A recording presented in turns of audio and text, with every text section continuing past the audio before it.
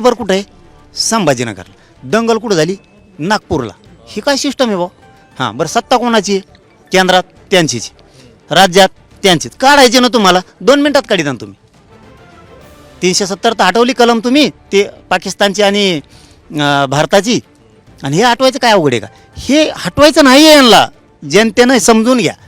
गेल्या 2 दिवसापासून तुमच्यापर्यंत खुलताबादमध्ये औरंगजेबाची ज्या ठिकाणी कबर आहे त्या ठिकाणी नक्की काय चाललंय, वातावरण काय, गोष्टी घडतायत काय, ह्या सगळ्या गोष्टी तुमच्यापर्यंत पोहोचवण्याचा प्रयत्न करतोय.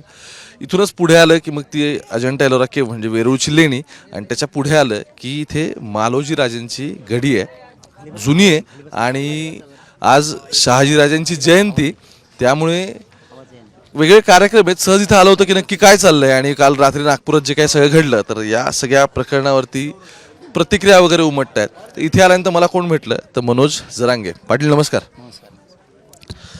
तुम्ही बघताय काय चाललंय काय नाही. खरं तर माझ्याकडे त्यांना विचारला प्रश्न भरपूर आहेत आणि बरेच वेगवेगळे विषय आहेत बोलायला, काय फक्त बीड पुरतं मध्ये येत नाही. पण आज काल जे काही सगळ्या गोष्टी नागपुरात घडल्या, आता महाराष्ट्रात ज्या पद्धतीचं सगळं ध्रुवीकरण चाललंय त्याच्या अनुषंगाने काही महत्त्वाचे मुद्दे आहेत.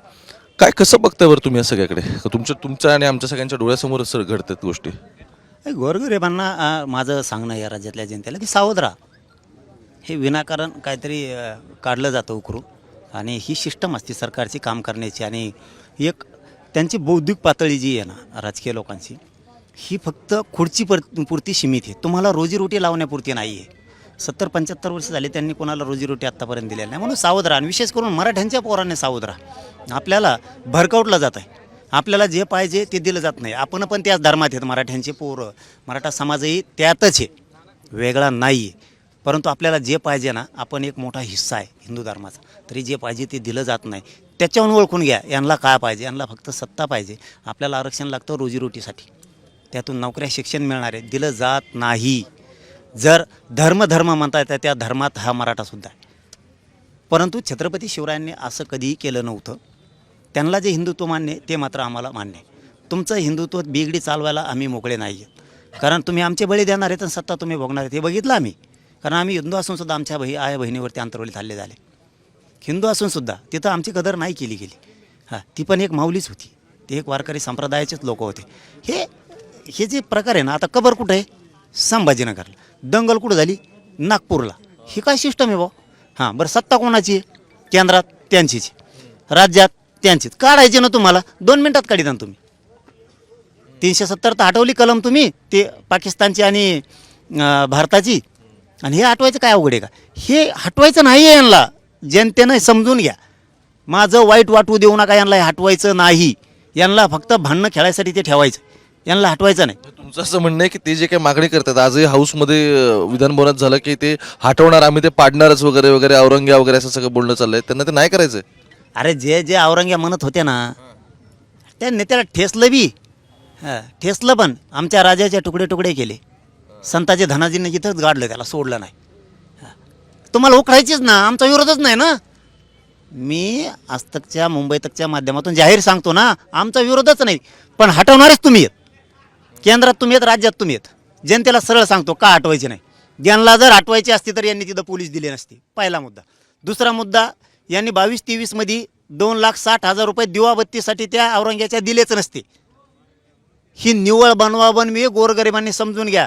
10-15 टाळके जमतात, हे त्याला गोटे आणतं, ते त्याला गोटे आणतं, आणि त्याला हिंदू मुस्लिमांचं लावतंय. मुस्लिमांना मला वाटतं औरंग्याचं प्रेम असायची काही गरज नाही, नसणार सुद्धा आहे. ठीक आहे, त्यांच्या देवाबद्दल त्यांना असावं. मला वाटतं ते पैगंबर साहेब आहेत, त्यांच्याबद्दल ठीक आहे. हां, त्यांच्याबद्दल असणं ठीक आहे. परंतु औरंग्याबद्दल प्रेम असणं असं वाटत नाही, कारण ते एक तर बाहेरचं होतं. असण्याची काही गरज बी नाही, आणि नसाल सुद्धा. आणि ज्यांनी केलं नाही नागपूरचे, आम्ही काय म्हणतो नाही, फेका यांना सुटूच देऊ नका. हां, काय मध्ये फेका.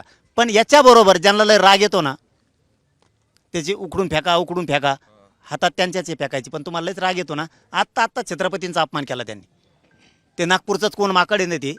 हां, ती पैदास पळून गेली. हां, का रे बाबा, तवा नाही का जमलं तुम्हाला? तुमचं लय हिंदुत्व जागा होतं ना, तुम्हाला राग येत होता ना, त्यावेळेस तुम्ही कुठे गेले? ते सोलापूरचं एक माकड ते टाकलंय. ते सोलापूरकर. हां, ती पैदास कुठे गेली? पाहुणे आहेत म्हणून सांभाळून ठेवता काय तुमचे? म्हणजे शहाणे व्हा, समाजानं शहाणे व्हा. मी कट्टर हिंदू आहे आणि राहणार बी. पण छत्रपतीचं हिंदुत्व मला मान्य आहे. हे असले हे बेगडी फागडी नको आम्हाला तुमच्या सत्तेसाठीच. ते पण नाव छत्रपतींचंच घेतात. म्हणजे काल जेव्हा मी बघवतो ते घोषणाबाई तर चालली छत्रपतींच्या नावाने आणि मग त्यानंतर हे इथपर्यंत येऊन पोचलं की अरे मग गेले कुठं तुम्ही? तो कस काय पळून गेला नागपूरमधून? टंगळे धरून कम नाही आपल्याला तिथंच. लय तुमच्या अंगात रक्त सळसळ करत होतं ना. तुमच्या जवळून छत्रपतींचा अपमान करून गेला, घाण घाण बोलून गेला. ते ह्यो बी काढचा सोलापूरचा बी बोलला सोलापूरकर. जिजाऊंचे सोशल मीडियावरती घाणघाण लिहिणारे सुद्धा आहेत. तेव्हा तुम्ही कुठं जाता? गोरगरिबांनी समजून घ्या, आपले बळी देऊन यांना सत्ता भोगायची. ज्यावेळेस खरं धर्मावर संकट येईन त्या टायमाला माना कापायला आणि कापायला आपण सगळ्यात पुढे राहणार आहेत, कापून घ्यायला सुद्धा हटणार नाहीत. पण हे बेगडी हिंदुत्व यांच्या सत्तेपुरतं आहे, फक्त सत्ता मिळवण्यापुरतं आहे. त्यातले त्या देवेंद्र फडणवीस हां, त्याला तर असले कावे खेळायला तो लय पक्का आहे. एक आमदार बाहेर गोटा घेऊन आलेला दिसत नाही, एक मंत्री आलेला दिसत नाही. देवेंद्र फडणवीस दांडका घेऊन चल बरं, ये दांडका घेऊन बाहेर चल. हां, ते नाही जमणार. त्याला तिथं पोसायचेत ना पाहुणे रावळे सगळे त्याचे, ते चालतं. खोट्यातून बाहेर या. बेगडी हिंदुत्व चालवायचं गोरगरिबांनी खरंच समजून घ्या. आपल्याला रोजीरोटी देणं यांनी गरजेचं नाही दिलं. आणखीन धनगराला आरक्षण नाही दिलं, रोजीरोटीला मिळाली असते. आणखीन मराठ्याला आरक्षण नाही दिलं, रोजीरोटीला नाही लावलं तुम्ही. दलितांचे प्रश्न सोडत नाहीत तुम्ही, गरीब मुस्लिमाचे सोडत नाही, शेतकऱ्याची कर्जमाफी नाही करता. काय यांना बोंबलून ना ते 3 आठवड्याचं अधिवेशन व्हायला घालायचं, बस काही करायचं नाही दुसरं. यांना मोगम बोंबलायचं. तुम्ही आता फडणवीसांचं नाव काढलं त्या प्रश्नाकडे मी येतो. पण मूळ मुद्दा असा आहे की ती कबर हटली पाहिजे की नाही हटली पाहिजे. तर मग मनोज जरांगे पाटलांची भूमिका काय याबद्दल? अरे मी दादा सरळ सरळ सांगतो, क्लिअर. हटवायचे कुणाच्या हातात हे? सरकारचे. बरं, तुमच्या म्हणण्यानुसार जनतेला ते हटवायचे असं ग्राह्य धरा. पोलीस कोण लावले? देवेंद्र फडणवीस ना गृह खात्याचा. की समजतो का, पागल समजतो आम्हाला? कबर हटवायची, त्याला हटवायचे नाही, हटवायचे नाही. तिथं मुसलमानाचे काही जावा, तिथं हिंदूचे काही जावा आणि कपका कपकी करावं, एवढंच त्याला बघायचं. त्याला काय बघायचं? हातात त्या पोलीस काय लावले? मग जाय तुपले पोलीस घेऊन तिथून, जाय ना पोलीस घेऊन. आणि ते दुसऱ्याला नाव ठेवतंय. ते काय देवेंद्र फडणवीसचीच बाईट होती मला वाटतं काल का परवा, ते काँग्रेसच्या काळातच झालेलं आहे. ते मूर्ख होते बाबा समजा असं धरू. मग लोकांनी सांगितलं ना तू म्हणून, ते मूर्ख होते. काँग्रेस बेसराम काय होतं ते समजा, ते मूर्ख होते असं धरू.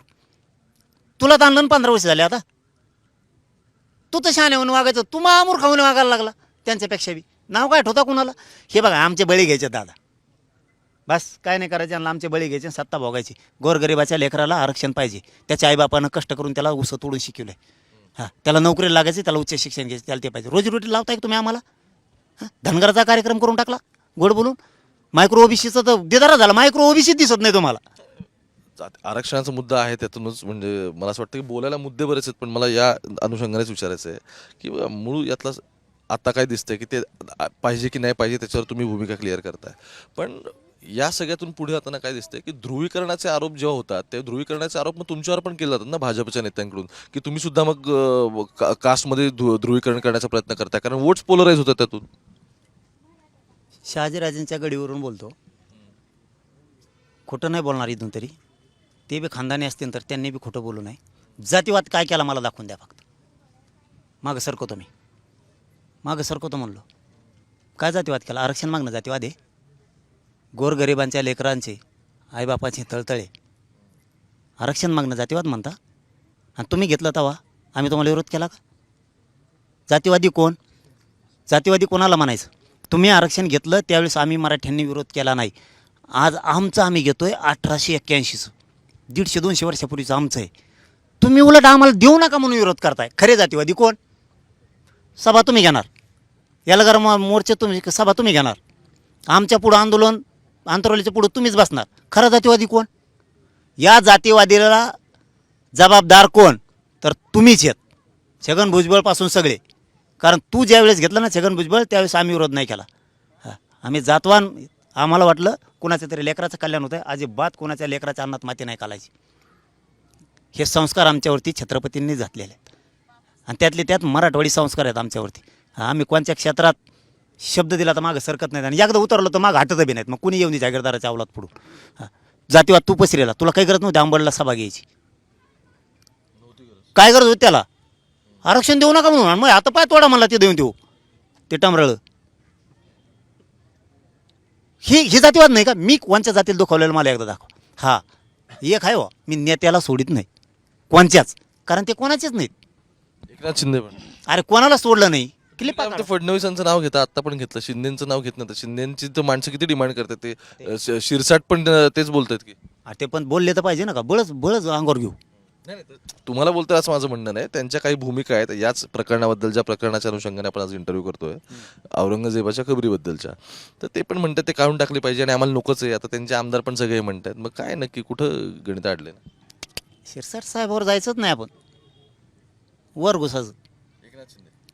ते काय गृहमंत्री काय काढायचं? कोण म्हणतं? काल तर ते फडणवीस साहेब म्हणले काहीतरी शेर आणला हिंदीत, बोट असे केलेले ती लय स्टाईलमध्ये.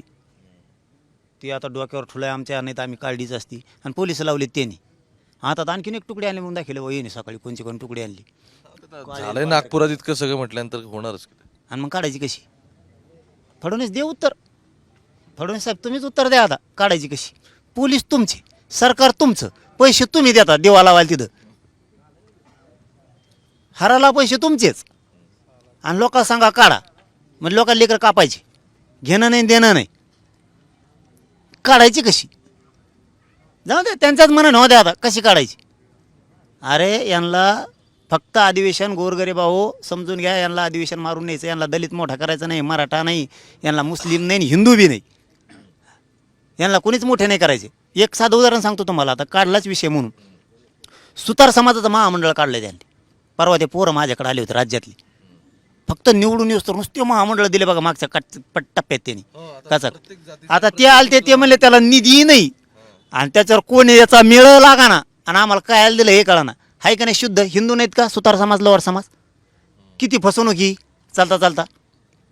यांना फक्त सत्ता पाहिजे. गोर गरीब डोळे उघडाच. आपण आपले लेकरं मोठे करायचे बघा, त्यांना रोजीरोटीला लावा, एवढंच महत्त्वाचं आहे आपल्यासाठी. अधिवेशन त्यांना वायाला घालायचं आहे. त्यांना ना शेतकऱ्याला माफी द्यायची, ना शेतकऱ्याला पाणी द्यायचं आहे, ना लाईट द्यायची, ना कोणता निधी मंजूर करायचा आहे. यांना काही करायचं नाही. ते शिक्षक बोंबलत बसले सगळे विना अनुदानितवाले.